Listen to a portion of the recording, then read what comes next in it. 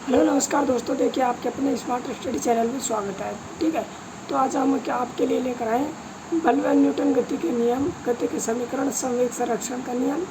ठीक है, तो आज हम पढ़ने वाला है बल। ठीक है, मतलब फोर्स।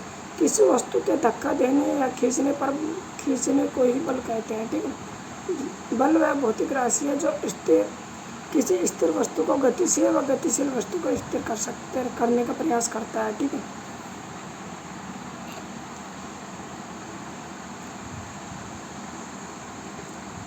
द्रव्यमान व त्वरण के गुणनफल को बल कहा जाता है। यह एक सदिश राशि होती है जिसका ऐसा ही मात्रक किलोग्राम इंटू मीटर प्रति सेकंड का स्क्वायर या न्यूटन होता है। ठीक है, तो नेक्स्ट है बल बराबर द्रव्यमान इंटू त्वरण, F बराबर m है। ठीक है, ऐसे F बराबर मीटर को किलोग्राम, द्रव्यमान को किलोग्राम में और त्वरण को मीटर प्रति सेकंड स्क्वायर में।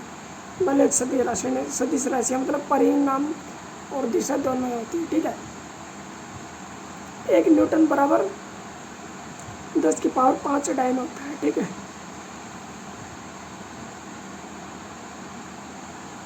त्वरण मतलब acceleration, v minus T, v minus you बटा टी, यू बराबर प्रारंभिक वेग, v बराबर अंतिम वेग, टी बराबर समय। ठीक है, त्वरण वेग में परिवर्तन की दर को त्वरण कहा जाता है। ठीक है, तो देखिए बल के प्रकार। बल कितने प्रकार के होते हैं देखिए, संतुलित बल, असंतुलित बल, संपर्क या पेशीय बल, असंपर्क बल, अभिकेंद्रीय बल, अपकेंद्रीय बल, गुरुत्वाकर्षण बल, घर्षण बल या नाभिकीय आकर्षण बल। ठीक है, ये इतने प्रकार के बल होते हैं। ठीक है, हम सर्वप्रथम पढ़ेंगे संतुलित बल और असंतुलित बल। जैसे संतुलित बल देखिए, जैसे कोई 50 किलो की वस्तु है तो इधर तो एक 2 न्यूटन का, 2 किलो का, जैसे कि मतलब 2 न्यूटन का, कोई व्यक्ति 2 न्यूटन बल लगा रहा है और कोई 5 न्यूटन लगा रहा है, मतलब कुल टोटल इधर से 7 न्यूटन बल लग रहा है, लेकिन इधर से 3 न्यूटन और 4 न्यूटन, मतलब इधर से 7। तो ऐसे बल को हम संतुलित बल कहते हैं। ठीक है, ऐसा ही असंतुलित बल में इधर से 4 न्यूटन का, इधर से 3 न्यूटन का, कुल टोटल 7 न्यूटन का, लेकिन इधर से 4 न्यूटन का और इधर से 6 न्यूटन, मतलब इधर से 10 न्यूटन का।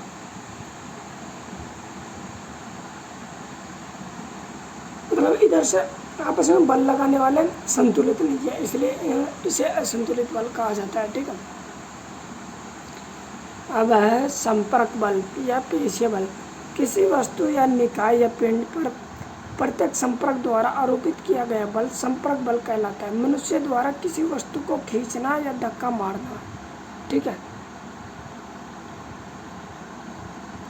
असंपर्क बल, जब बल उत्पन्न करने वाला कारक प्रत्यक्ष रूप से दिखाई नहीं देता है, केवल महसूस किया जा सकता है, असंपर्क बल कहा जाता है। जैसे गुरुत्वाकर्षण बल जो हमको दिखाई नहीं देता, नाभिकीय बल, चुंबकीय बल आदि। ठीक है, अब न्यूटन के गति के नियम।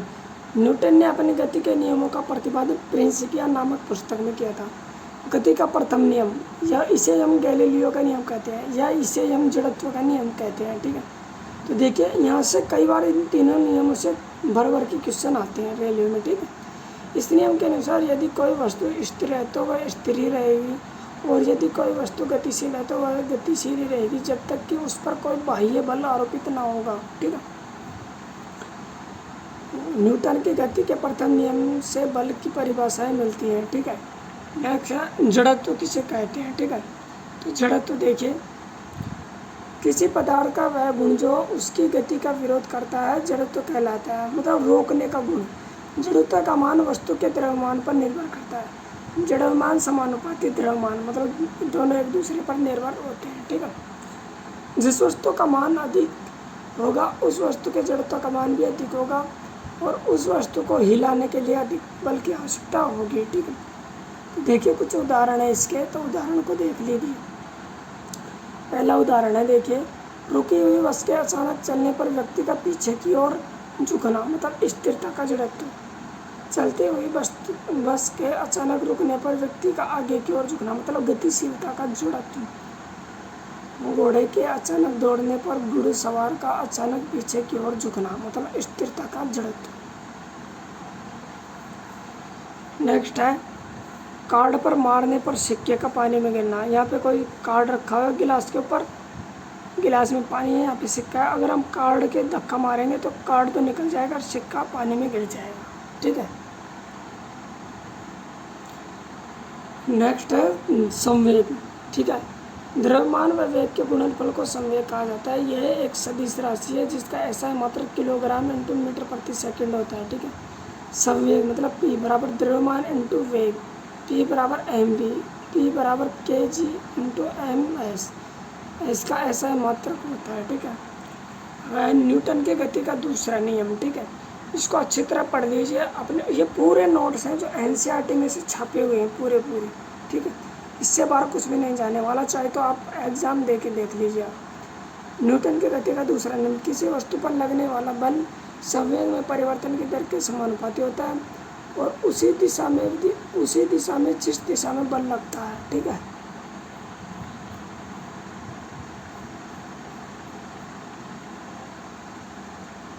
बल समानुपाती संवेग में परिवर्तन की दर, ठीक है। F समानुपाती P2 माइनस P1 बटा T, तो यहाँ से F समानुपाती MV माइनस MU बटा T, तो यहाँ से F समानुपाती M bracket V minus U बटा T ब्रैकेट बराबर फाइनली यहाँ से V माइनस U बटा T बराबर A, ठीक है। तो यहाँ से नेक्स्ट F समानुपाती MA हो गया है, ठीक है। F बराबर K जो कि स्थिरांक है, नियतांक है, इसका मान 1 मानूंगा MA, ठीक है। F बराबर MA फाइनली 1, ये आंसर आ जाएगा, ठीक है। फाइनली आंसर आ जाएगा, ठीक है। किसी वस्तु पर लगने वाला बल समय के व्युत्क्रमानुपाती होता है। F समानुपाती 1 बटा T। अगर बल का मान घटेगा तो समय बढ़ेगा, ठीक है। बल कम लगाएंगे तो टाइम ज़्यादा लगेगा, टाइम ज़्यादा लगाएंगे तो बल कम लगेगा, ठीक है। धन्यवाद। जैसा कि देखिए एग्जाम्पल, एक क्रिकेट खिलाड़ी कैच लेते समय अपने हाथों को पीछे की ओर ले जाता है जिससे गेंद का टकराने का समय बढ़ जाता है और समय बढ़ने पर लगने वाला बल कम हो जाता है। F समानुपाती 1/T, ठीक है। नेक्स्ट देखिए, फर्श पर कूदने की बजाय गद्दे पर कूदना सुविधाजनक होता है क्योंकि गद्दे पर कूदने पर पैरों का ज़मीन से टकराने का समय बढ़ जाता है और हमारे पैरों में नहीं लगती है, ठीक है। तो नेक्स्ट देखिए, बर्फ़ की सिल्ली को तोड़ते समय झटके से तोड़ जाता है जिससे समय घट जाता है और समय घटने से लगने वाला बल बढ़ जाता है, ठीक है। तो नेक्स्ट है न्यूटन गति का तीसरा नियम या क्रिया प्रतिक्रिया का नियम, ठीक है। एक्शन रिएक्शन, न्यूटन की गति के तीसरे नियम के अनुसार हर क्रिया के विपरीत एक प्रतिक्रिया बल लगता है। वह बल परिणाम में तो समान होता है लेकिन दिशा में एक दूसरे के विपरीत होता है, ठीक है। जैसे FAB बराबर माइनस FB है, ठीक है। 10 न्यूटन बराबर माइनस 10 न्यूटन, ठीक है। एग्जाम्पल पहला है, तैरते समय जितने बल से हम पानी को पीछे की ओर धकेलते हैं पानी भी उतने ही बल से हम पर आगे की ओर बल लगाता है। नाव चलाते वक्त हम पानी को जितने बल से पीछे धकेलेगा पानी भी नाव को उतने ही बल से आगे की ओर धकेलता है। रॉकेट उड़ते समय रॉकेट से चलने वाला ईंधन जितना बल पृथ्वी पर लगाएगा पृथ्वी भी उतना ही बल रॉकेट पर ऊपर की ओर लगाएगी, ठीक है। बंदूक चलाते समय बंदूक जितना बल गोली पर लगाएगी गोली भी उतना ही बल बंदूक पर पीछे की ओर लगाते हैं जिससे हमारी वजह से हम पीछे की ओर एक ढक्कन महसूस करते हैं, ठीक। नाव से किनारे की ओर कूदने पर नाव का भी पीछे की ओर जाना, ठीक है। नेक्स्ट है संवेग संरक्षण का नियम, ठीक है। यदि किसी पिंड या निकाय का बाह्य बल शून्य हो तो टकराने से पहले का समय कुल संवेग और टकराने के बाद का कुल संवेग बराबर होता है, ठीक है। F बराबर 0, ठीक है। तो यहाँ से देखिए एक बार आपके समझ में आ जाए तो अच्छी बात है। टकराने से पहले टकराने के बाद के समय, टकराने से पहले टकराते समय टकराने के बाद, M1 M2 U1 U2, ठीक है। समझ लीजिए जैसे ये दोनों टकराते समय ये तो FAB बराबर माइनस FB है, ठीक। इस पर बल लगाएगा तो ये आगे जाएगा, ठीक। तो यहाँ से क्या P1 बराबर M1 MU, P2 बराबर M2 U2। टकराने से पहले का कुल संवेग P1 बराबर प्लस P2, ठीक है। टकराने के बाद P1 प्लस P2, ठीक है। यहाँ से अच्छी तरह समझ में आ जाए।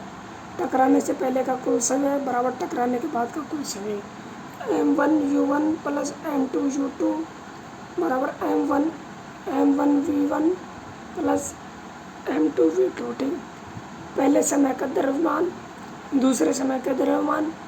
U1 है पहले वस्तु का प्रारंभिक वेग, U2 दूसरी वस्तु का प्रारंभिक वेग, V1 अंतिम वस्तु का पहली वस्तु का अंतिम वेग, द्वितीय वस्तु का अंतिम वेग, ठीक है।